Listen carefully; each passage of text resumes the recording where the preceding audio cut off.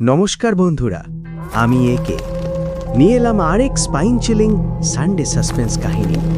আজকের গল্প পুরনো জমিদার বাড়ির রহস্য উদ্ঘাটন। এক অভিশপ্ত রাজবাড়ি, এক সাংবাদিকের ভয়ঙ্কর অভিজ্ঞতা আর লুকিয়ে থাকা এক মর্মান্তিক হত্যার সত্য। তাহলে দেরি না করে চলুন শুরু করা যাক। বাংলার ইতিহাসে জমিদার বাড়ি মানেই এক অদ্ভুত রহস্যে ঘেরা এক প্রাসাদ সমস্থাপনা। সেগুলোতে লুকিয়ে থাকে বহু বছরের সুখ দুঃখ, ষড়যন্ত্র, বিশ্বাসঘাতকতা আর রক্তের দাগ মুছে না যাওয়া গল্প। আজকের এই গল্প সেই রকমই এক পুরনো জমিদার বাড়ির, যেটা বহু বছর ধরে পরিত্যক্ত অবস্থায় দাঁড়িয়ে আছে। লোকের মুখে শোনা যায় ওখানে রাতে অদ্ভুত আওয়াজ শোনা যায়, চেইনের ঝনঝন, কান্নার শব্দ, কিংবা করিডোরে সাদা পোশাক পরা এক নারীর ছায়া। অনেকেই চেষ্টা করেছে রহস্যভেদ করতে, কিন্তু হয়নি। কেউ কেউ আবার সাহস করে ঢুকলেও আর ফেরেনি। আর এই রহস্য উদ্ঘাটনের দায়িত্ব এবার পড়ল এক তরুণ সাংবাদিক অরিত্রর ওপর। অরিত্র একজন অনুসন্ধানী সাংবাদিক, বয়স 29। সে বরাবরই চ্যালেঞ্জিং রিপোর্টিং করে। অদ্ভুত ঘটনা, ভৌতিক কাহিনী আর অমীমাংসিক রহস্য খুঁজে বের করাই তার নেশা। একদিন তার সম্পাদক মধুসূদন তাকে ডেকে পাঠালেন। মধুসূদন বললেন, অরিত্র, তোকে একটা অ্যাসাইনমেন্ট দিতে চাই। জানিস, বাগনান রাজবাড়ির নাম শুনেছিস? অরিত্র মাথা নাড়ল। হ্যাঁ স্যার, অনেক শুনেছি। লোকে বলে ওখানে নাকি ভূত আছে, কেউ ভিতরে যায় না। ঠিক তাই, এই রহস্যটা অনেক দিন ধরে পচে আছে। আমরা চাই এবারের পুজো সংখ্যায় একটা বড় কাভার স্টোরি বেরুক। তুমি যদি সাহস করে ঢুকে ওখানকার সত্যিটা খুঁজে আনতে পারিস, তাহলে কিন্তু তোর কেরিয়ারে এক ধাক্কায় অনেকটা এগিয়ে যাবি। অরিত্র চকচক করে উঠল। আমি রাজি স্যার। অরিত্র তদন্ত শুরু করল। সে স্থানীয় মানুষদের সঙ্গে কথা বলল। শোনা গেল এই রাজবাড়ির জমিদার ছিলেন হরিচরণ রায়চৌধুরী। অদ্ভুত কঠোর, নিষ্ঠুর মানুষ ছিলেন তিনি। জমিদারি প্রথার সময় বহু কৃষককে শোষণ করেছেন, জোর করে জমি দখল করেছেন। শোনা যায় তার একমাত্র মেয়ে মৃণালিনী ছিলেন অত্যন্ত সুন্দরী এবং সংবেদনশীল। কিন্তু জমিদার তার বিয়ে ঠিক করেছিলেন এক লোভী মহাজনের ছেলের সঙ্গে। মৃণালিনী তাতে রাজি ছিলেন না। গ্রামের এক দরিদ্র শিক্ষকের সঙ্গে তার প্রেম ছিল। জমিদার তা জানতে পেরে সেই শিক্ষককে খুন করান। সেই ঘটনার কিছুদিন পরেই মৃণালিনী রহস্যজনকভাবে মারা যান। কেউ বলে আত্মহত্যা, কেউ বলে খুন। আর তারপর থেকেই নাকি রাজবাড়িতে অদ্ভুত ঘটনা শুরু হয়। জমিদার নিজেও একদিন অগ্নিদগ্ধ অবস্থায় মারা যান। তারপর থেকে বাড়িটি পরিত্যক্ত। অরিত্র সিদ্ধান্ত নিল সে রাজবাড়িতেই রাত কাটাবে। সঙ্গে রাখল রেকর্ডার, ক্যামেরা, টর্চ এবং কিছু প্রয়োজনীয় খাবার। সে পৌঁছল বাগনানে। সন্ধ্যের আগে রাজবাড়ির বিশাল ভগ্নদশা দরজার সামনে দাঁড়িয়ে সে মুহূর্তখানে কেঁপে উঠল। ঝোপঝাড়ে ভরা প্রাঙ্গণ, ভাঙা বারান্দা, ছাদ থেকে ঝুলে পড়া লতা, সব মিলিয়ে বাড়িটা যেন জীবন্ত কঙ্কাল। গ্রামের মানুষ দূর থেকে তাকে দেখছিল। তারা বলল, বাবু সাবধান, রাত নামলে ওই বাড়ির ভিতর কিছু অশুভ শক্তি ঘোরাফেরা করে। অরিত্র হাসল। আমি সাংবাদিক, ভূতে বিশ্বাস করি না, সত্যিটা খুঁজে বের করব। রাত নামল। ঝিঝি পোকার ডাকের সঙ্গে দূরে কুকুরের হাওয়া মিলিয়ে যাচ্ছিল। অরিত্র টর্চ জ্বালিয়ে করিডোরে হাঁটছিল। দেওয়ালে মলিন ছবি, ভাঙা আসবাব, ধুলো জমা ঝাড়বাতি, সব যেন অতীতের নিদর্শন। হঠাৎ করেই সে শুনতে পেল চেইন ঝনঝন শব্দ। চারিদিকে তাকালো, কেউ নেই। আবার একটু পর শুনল যেন কেউ ধীরে ধীরে কাঁদছে, গলা মেয়েলি।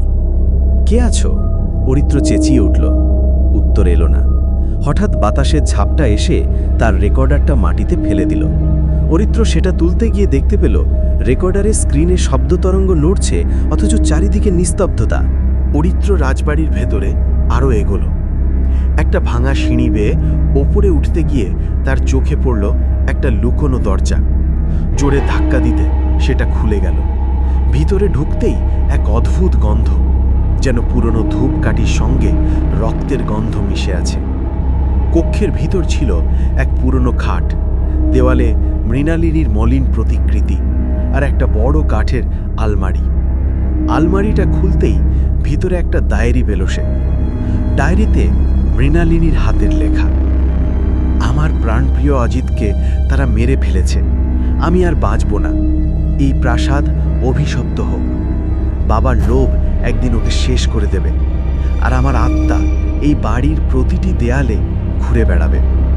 পবিত্র শরীর শিউরে উঠল। হঠাৎ দরজাটা নিজে থেকেই বন্ধ হয়ে গেল। পবিত্র টর্চ জ্বালালো। প্রতিকৃতির চোখ যেন চকচক করছে।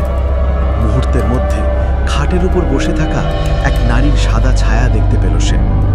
লম্বা চুল, মুখ ঢেকে রেখেছে, সাদা শাড়ি, গলায় মোটা লাল দাগ। ছায়াটা ফিসফিস করে বলল, আমাকে মুক্তি দাও। পবিত্র ভয়ে পিছিয়ে গেল, কিন্তু সাংবাদিকের কৌতূহল তাকে থামালো। কিভাবে? ছায়া মিলিয়ে গেল। রাত বাড়ার সঙ্গে সঙ্গে বাড়ির ভয়ানক রহস্য আরও স্পষ্ট হতে লাগল। পবিত্র বুঝতে পারল মৃণালিনীর আত্মা এখনো ঘুরে বেড়াচ্ছে, কারণ তার মৃত্যুর সত্যিটা কেউ প্রকাশ করেনি। জিমিদার তাকে খুন করেছিলেন, আর সেটাকে আত্মহত্যা বলে চালানো হয়েছিল। পবিত্র ডায়েরির শেষ পাতায় খুঁজে পেল আরও এক লাইন, আমার মৃত্যু যদি কখনো প্রমাণিত হয় তবেই আমি মুক্তি পাব। পবিত্র সিদ্ধান্ত নিল সেই সত্য প্রকাশ করবে। কিন্তু এত সহজে কি রহস্য ভেদ হয়? হঠাৎ বাড়ির করিডোরে ঝড়ের মতো আওয়াজ উঠল। দরজা জানালা ধাক্কা খেতে লাগলো। অন্ধকারে জিমিদারের কুৎসিত মুখ দেখা দিল, যেন তারও অভিশপ্ত আত্মাও এখনো বাড়িতে ঘোরাফেরা করছে। সে গর্জে উঠল, কেউ আমার পা ফাঁস করতে পারবে না। পবিত্র সাহস করে ক্যামেরা চালু করল, রেকর্ডারে সবকিছু ধরে রাখল। তুমি অপরাধী জমিদার হরিচরণ রায়চৌধুরী, তোমার সত্য আমি প্রকাশ করব। ভয়ঙ্কর এক ঝড়ো আওয়াজ হলো, কিন্তু মুহূর্তেই চারিদিক শান্ত হয়ে গেল। মৃণালিনীর ছায়া আবার দেখা দিল। এবার তার মুখে এক শান্তির হাসি। ধন্যবাদ, এবার আমি মুক্ত। পরদিন ভোরে গ্রামবাসীরা দেখতে পেল পবিত্র রাজবাড়ি থেকে বেরোচ্ছে তার হাতে ডায়েরি আর রেকর্ডার। কয়েকদিন পর তার রিপোর্ট ছাপা হলো, জমিদার বাড়ির অভিশাপ, এক সত্যিকারের হত্যার ইতিহাস। গোটা রাজ্য জুড়ে হইচই পড়ে গেল। লোকেরা বুঝল এ বাড়ি আসলে কেবল ভুতুড়ে নয়, ইতিহাসের কলঙ্কিত দলিল। মৃণালিনীর আত্মা মুক্তি পেল, কিন্তু বাড়িটা রয়ে গেল নিঃসন্দ প্রমাণ হিসেবে। পবিত্র বুঝল ভূত হয়তো সবসময় অলৌকিক কিছু নয়, অনেক সময় ইতিহাসের অমীমাংসিত যন্ত্রণা আর অন্যায়ের প্রতিফলন। বন্ধুরা, এই ছিল আজকের সানডে সাসপেন্স কাহিনী, পুরনো জমিদার বাড়ির রহস্য উদ্ঘাটন। গল্পটা কেমন লাগলো? আপনার মতামত আমাদের কমেন্টে জানাতে ভুলবেন না।